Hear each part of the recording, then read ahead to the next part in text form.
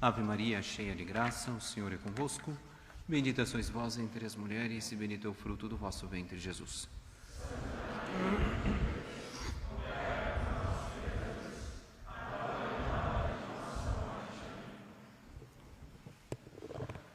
O Evangelho já é super conhecido de todos e já houve muitas interpretações, mas como a palavra de Deus nunca cansa, então a gente vai meditando, vai colhendo aspectos novos e a gente nunca desanima de ter que comentar novamente o mesmo Evangelho.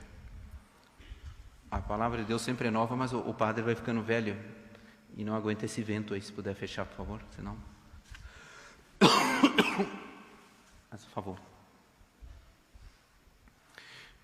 Nós conhecemos o contexto histórico em que isso se deu. Nós estamos vivendo numa época em que os judeus não aceitavam o domínio dos romanos. Eles queriam ter a supremacia, queriam ser os chefes de todos os povos. Queriam governar sobre todo mundo. E como havia os romanos que cobravam impostos, então os fariseus, quer dizer, aquela casta de gente supostamente santa, que exigia dos outros aquilo que eles não queriam para si, que pregava uma coisa e vivia de outra maneira, estes falavam mal do César e do imposto que se devia a César. E, por outro lado, eles tinham que ficar quietinhos também, porque se o César soubesse, vinha para cima deles. Então, eles vão julgar essa situação difícil para Jesus, para ver se eles conseguem pegar Jesus, nosso Senhor Jesus Cristo, numa trampa, assim, numa armadilha, para que Ele, nosso Senhor, receba os ataques do governo da época, porque nosso Senhor Jesus Cristo estaria falando mal do governo se ele fosse contra o imposto de César. Acontece que nosso Senhor não era contra o imposto de César, porque existe uma incoerência radical, fundamental, em nós acharmos que o César não tinha autoridade nenhuma só porque ele era pagão. Isso é uma incoerência. Isso é incoerência de fariseu, isso é incoerência de hipócrita, de falso católico. Você imaginou isso? A gente está andando na rua e de repente um guarda dá um apito para parar o carro. E eu abro o vidro, antes de parar o carro, e pergunto: guarda, você é católico ou você é protestante? O guarda diz: eu sou protestante. Então não te obedeço. E fura o sinal. Ninguém faz isso. A gente obedece uma autoridade, não é pela filosofia ou pela religião dela, é porque toda autoridade vem do alto. Existe um princípio de autoridade, a não ser quando essa autoridade passa dos limites, se torna um ditador e começa a fazer mal para o bem comum. Outro exemplo, vamos dizer que alguém comprou uma camisa na loja. E na hora de pagar vem um carnezinho. Só que junto com o carnezinho eu fiquei sabendo que o dono da loja é ateu. Então eu não vou pagar a camisa, porque ele é ateu. Quer dizer, não tem sentido. Existem coisas que são primárias, mas é que os fariseus, os falsos católicos, eles são, no fundo, eles são maldosos e são incoerentes. Então, nosso Senhor Jesus Cristo está dizendo aqui, quando apresenta para ele, eles pegam uma moeda e dizem: deve-se pagar o imposto a César, sim ou não, Jesus? Eles trouxeram ali os herodianos. Se nosso Senhor Jesus Cristo dissesse que não, eles iam julgar os herodianos contra a pessoa de nosso Senhor Jesus Cristo. E aí, o que nosso Senhor faz? Nosso Senhor é muito simples. E quem quer essa moeda? Dê a César o que é de César, dê a Deus o que é de Deus. Todo mundo a conhecemos. Nosso Senhor se sai muito bem aqui. Como sempre, ele sai bem. Ele só poderia sair bem porque ele é Deus. Ele é divino. Não é? Burros, idiotas são esses que querem pegá-lo numa trampa. Entretanto, nosso Senhor, que parece aqui apenas fazer uma distinção, na verdade, nosso Senhor Jesus Cristo, ele deixa transparecer um amor muito grande por toda a autoridade que vem do alto. Dai a César o que é de César, dai a Deus o que é de Deus. A civilização cristã, ao longo da história, dividir direitinho quais eram os papéis da igreja e quais são os papéis do César. Então, a nossa sociedade é dividida em duas partes. Nós temos a igreja, que cuida dos problemas espirituais. E nós temos a sociedade temporal, que cuida dos problemas naturais, físicos, médicos, etc. Essas duas sociedades foram queridas, desejadas por Deus, foram criadas por Deus. A sociedade de Deus e a sociedade de César. Por exemplo, um padre não pode estar interferindo, não convém que um padre, um bispo, seja preocupado em saber qual é o esgoto que está ali, o que ele vai fazer, que ele vai abrir um buraco para poder tirar o esgoto. Isso pertence ao César. E também não convém a um vereador, um prefeito, um deputado, imiscuir-se nas coisas da igreja. Por exemplo, querer saber o que os homens estão acreditando ou não estão acreditando. Então, existem duas sociedades. A sociedade de Deus e a sociedade de César. Só que existe um outro princípio que está por detrás disso. É que César também é de Deus. Então, dê a Deus o que é de Deus, dê a César o que é de César. Mas César é de Deus. E nosso Senhor Jesus Cristo, que é o defensor das duas sociedades, nosso Senhor, que é o defensor das duas sociedades, Deus é o criador dessas duas sociedades e é o protetor dessas duas sociedades. Então, nós vemos aqui nosso Senhor defendendo o imposto a César. E na primeira leitura, o próprio Deus faz uso de um César, ou seja, de um imperador, de um rei chamado Ciro, que, entretanto, era pagão, mas Deus se utiliza desse pagão para colocar ordem na sociedade. E, então, a liturgia de hoje nos mostra a perfeição das duas sociedades, sociedade espiritual e da sociedade temporal. Embora nosso Senhor Jesus Cristo ame a todos os homens, Ele quer a salvação de todos, diz a carta de São Paulo.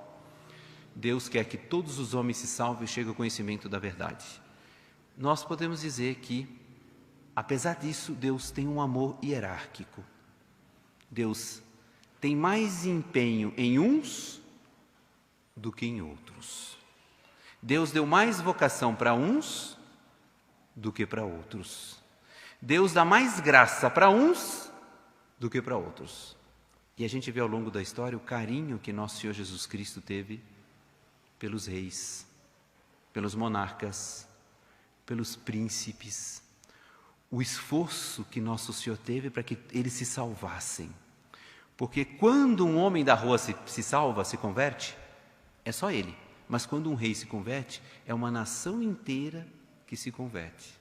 Esses judeus falsos aqui, esses falsos judeus aqui, esses fariseus, eles que falavam mal de César, eles deveriam se esforçar para fazer um apostolado com César, para converter no César, converter todo o Império Romano. Mas eles eram tão hipócritas que nem esse cálculo eles faziam. Eles simplesmente falavam mal de César. E nosso Senhor hoje diz para eles: dai a César o que é de César. Então nós devemos ser justos. Dar a César o que é de César. E o que sobretudo, nosso Senhor quer dar para César? A conversão. Ao longo da história, foram muitas as graças que foram derramadas entre aqueles que foram sucessores de César. Já lá pelo ano 300, mais ou menos, a mãe do imperador se converte ao catolicismo, Santa Helena. Ela era pagã e se torna católica. E ela começa a fazer um apostolado e o César se torna de Deus. É muito bonito. E a partir daí, os reis, os príncipes, a Igreja Católica vai ter um empenho todo especial na conversão deles. E haverá todo um trabalho da divina providência para que os reis se tornem católicos também. Então nós vemos, por exemplo, na história uma coisa muito bonita, extraordinária, a conversão dos reis. O primeiro rei a se converter à fé católica foi Clovis. Clovis foi o primeiro rei a se converter. O carinho da providência divina para convertê-lo foi muito grande, porque ele era pagão, ele era chefe dos francos e ele era bárbaro, mas era um bárbaro cheio de poder, porque ele era nada mais, nada menos, ele era dos sucessores daqueles reinos do Império Romano que quebrou. Então ele era cônsul do Império Romano. O Império Romano cai e fica o rei dos francos ali como a força mais luminosa do Ocidente. O pai dele chamava-se Childerico, que era um rei pagão e não tinha religião. Na bandeira dos francos tinha 3 sapos. 3 sapos. Eles acreditavam nessas divindades que eram sapos. E quando ele ia para a guerra, ele se ajoelhava diante da bandeira e pedia que aqueles 3 sapos dessem a ele a vitória. Esse era Childerico. Ora, ele tinha, ali debaixo do reino dos francos, existia o reino dos burgúndios, cujo rei era Chilperico. Nome é raro. Childerico era o rei dos francos. Chilperico, o rei dos burgúndios. Chilperico era casado com uma santa, Caretene. Caretene era uma mulher santa e era muito católica. Caretene tinha uma filha chamada Clotilde. E o rei dos francos, que era Chilperico, tinha um filho chamado Clovis. Ora, Deus queria converter Clovis. Ele era o César da época. Ele era o rei dos francos. Veja que coisa bonita. Como é que Deus vai escrever, às vezes, certo, mas as linhas parecem tortas aos nossos olhos. O rei dos burgúndios, que era esse Childerico, que era católico, tinha um irmão ariano chamado Gudembald. Gudembald, ele tinha inveja do irmão. Ele um dia entrou de cavalo no palácio, matou o irmão, que era rei dos burgúndios, com as próprias mãos, pegou a esposa dele, que era santa, Caretene, amarrou uma pedra no pescoço e jogou pela janela, dentro de uma lagoa. Ela morreu afogada. E depois ele foi matando com as próprias mãos todos os filhos. Quando chegou na última filhazinha, uma menina de 9 anos de idade, que tinha 2 olhos de esmeralda e cabelos de fio de ouro, espantada, olhando para ele. Quando ele ia matar a menina, ele ficou com pena da menina. Ele não podia imaginar que essa menina era o começo de tudo, era o começo de toda a cristandade, era Clotilde. Ela ficou com pena da menina, pois essa menina. Então pegou a menina e mandou a menina para um convento e prendeu a menina no convento. Mas veja que bonito, essa menina rezava dia e noite. Rezava no convento, ela ia crescendo, e ela não fazia outra coisa a não ser rezar. E ela se tornou uma grande santa, Santa Clotilde. Mas ela era vigiada, ela só podia ir à missa com escolta. Um dia, ela foi à missa e disseram para ela: Clotilde, tem um moço querendo falar com a senhora lá fora. Ela já era jovem, 22, 23 anos de idade. Ela saiu e tinha um mendigo querendo dar de presente para ela um saco de lixo. Ela, bondosa, caridosa, falou: vamos ver o que esse mendigo quer. Ela se aproximou do mendigo e o mendigo disse: senhora, eu quero dar isso de presente para a senhora. Ela olhou, era um saco de lixo. Quando ela abriu o saco de lixo, estava cheio de joias preciosas. Ela olhou para o mendigo: o que significa isso? E aí o mendigo tirou lá de dentro das joias um anel de ouro, assim, valiosíssimo, e deu para ela. Ele disse assim: não conte para ninguém, senhora, eu sou o ministro do rei dos francos, estou disfarçado de mendigo, senão eles me matam. O rei dos francos me mandou aqui para pedir a tua mão em casamento. Ela olhou aquilo e disse: poxa, qualquer coisa menos morrer aqui na mão do Gudembald. E ela disse em silêncio então: está bem, diga para ele que eu aceito, mas ele tem que vir aqui me buscar, porque eu não tenho como fugir. Ah, deixa comigo. O ministro volta, silenciosamente disfarçado, voltou para os francos e disse para o rei Clovis, que na época tinha 25, 26 anos de idade: senhor, Clotilde aceitou o teu pedido de casamento. Era tudo disfarçado. Aí ele disse: então vamos buscá-la. Então ele manda uma tropa de soldados para falar com o rei. O rei Gudembald, que era tio da Clotilde, fica morrendo de medo. Diz: não, pode levar. Vai que eu não deixo, eles invadem meu país aqui. E Clotilde vai e casa-se com o rei Clovis, que era pagão. Quem celebra o casamento na catedral de Reims é São Remígio. E esse foi o meio que a providência achou de poder converter O primeiro, aspas, César da cristandade, o primeiro rei da cristandade, que seria Clovis, o primeiro chefe da primeira nação a se converter à fé católica. Clotilde começa a fazer apostolado com ele, mas ele era muito duro, muito duro, muito duro, e ela falava tanto no ouvido dele, que ele, durão, vencia todas as batalhas, até o dia que ele trombou com uma batalha que ele era incapaz de vencer, que era a famosa batalha contra os alamanos. Eles eram arianos, eram bárbaros arianos, os mesmos arianos que tinham matado os pais de Clotilde, da mesma raça, do grupo de Gudenbaldo, que era o rei dos burgúndios. E aí trava-se uma batalha feroz. No meio da batalha, o Clovis começa a perder e ele faz uma oração para Nosso Senhor. Disse: Senhor, a minha esposa me disse que tu és o Filho de Deus e que tu ajudas a todos aqueles que sofrem e que confiam em vós. Se o Senhor me ajudar, eu me farei católico e seu servo durante toda a minha vida. Quando ele termina de fazer a oração, a batalha tem um outro sucesso. Ele começa a vencer a batalha, vence a batalha, e aí ele vai cumprir a promessa dele.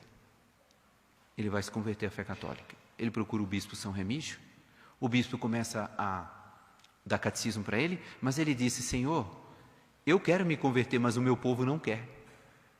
Então o bispo deu uma bênção para ele e disse assim: vá então com essa bênção e diga para o teu povo que você vai se converter e que o povo precisa te seguir. Então ele Clovis reúne todo o estado maior dele, todos os nobres, e diz: eu me farei cristão. E aí ele tem a surpresa que todo o estado maior se ajoelha e diz: nós também iremos convosco, porque já estamos cansados de pedir aos nossos deuses e não sermos ajudados. Então, é marcada a data do batismo, e no dia do batismo de Clovis, junto com ele, 3.000 nobres são batizados. Naquele dia, 3.000. Tinha-se o costume na época de uma pessoa que não era batizada não entrava na igreja, ficava do lado de fora, porque era pagão. Ele nunca tinha entrado numa igreja. No dia, a igreja, que devia ser uma capela simplesmente, estava toda cheia de flores. Quando abriram as portas para ele entrar, para ele ser batizado, ele virou para São Remígio e disse: Pai, aqui já é o céu? Aquele céu que o Senhor me disse que existe, é aqui que é o céu? Aquele céu lindo de Deus, é aqui que mora Deus? E aí São Remígio disse: não, mas aqui é o caminho para chegar lá. Então Clovis entra. Nesse dia tinham tomado um banho super especial, coisa difícil para aqueles bárbaros da época, e super solene, com roupas solenes, todo mundo naquela solenidade. Quando ele vai ser batizado, acontece um milagre. A igreja estava tão cheia que o bispo disse para o acólito: vá lá dentro e busque a ampola com os óleos sagrados para a unção do neófito, do novo batizado, do Clovis. O sacristão sai e não consegue entrar. Imagina, são 3.000 que estão sendo batizados naquele dia. E aí o bispo fica sem a ampola. O que ele faz? São Remígio começa a rezar e desce uma pombinha do céu, trazendo no bico uma ampola com um óleo misterioso. Ele pega a ampola e unge o rei, após ser batizado, com aquele óleo. Essa ampola foi guardada, e com esse óleo foram ungidos todos os reis da França até a Revolução Francesa. Na Revolução Francesa, eles quebraram a ampola e não tinha mais aquele óleo. Acabou. Mas eles foram sendo ungidos, todos os reis da França, até a Revolução Francesa, mais ou menos durante 1.300 anos, 1.200 anos foram ungidos os reis com esse óleo. E aí São Remígio volta-se para o bárbaro e diz, que era rei dos francos, diz: Sicambro, que era a raça dos bárbaros, queima o que adorastes e adora o que queimastes. E quando o rei se levanta, já batizado e filho de Deus, ele volta-se para São Remígio e diz: eu quero agradecer a minha esposa Clotilde, porque eu venci 1.000 batalhas, mas fui vencido por ela. E é bonito que assim entra no cortejo dos reis e toda a história, os Césares se tornam filhos de Deus. Então nós devemos pedir nessa Santa Missa essa graça. A graça primeiro de nunca sermos fariseus, está cheio de fariseu aí. Falsos católicos que querem impor uma religião que está na cabeça deles e não no coração de Deus, que querem fingir aquilo que não são, que querem maltratar em vez de procurar converter, que não aceitam as autoridades, que odeiam aqueles que estão acima, que não procuram converter, mas sim falar mal. Está aqui, são os fariseus. E também que nós sejamos sumamente respeitosos de toda a autoridade. Que dizia, Dr. Plínio, com isso eu termino, Dr. Plínio dizia uma coisa bonita.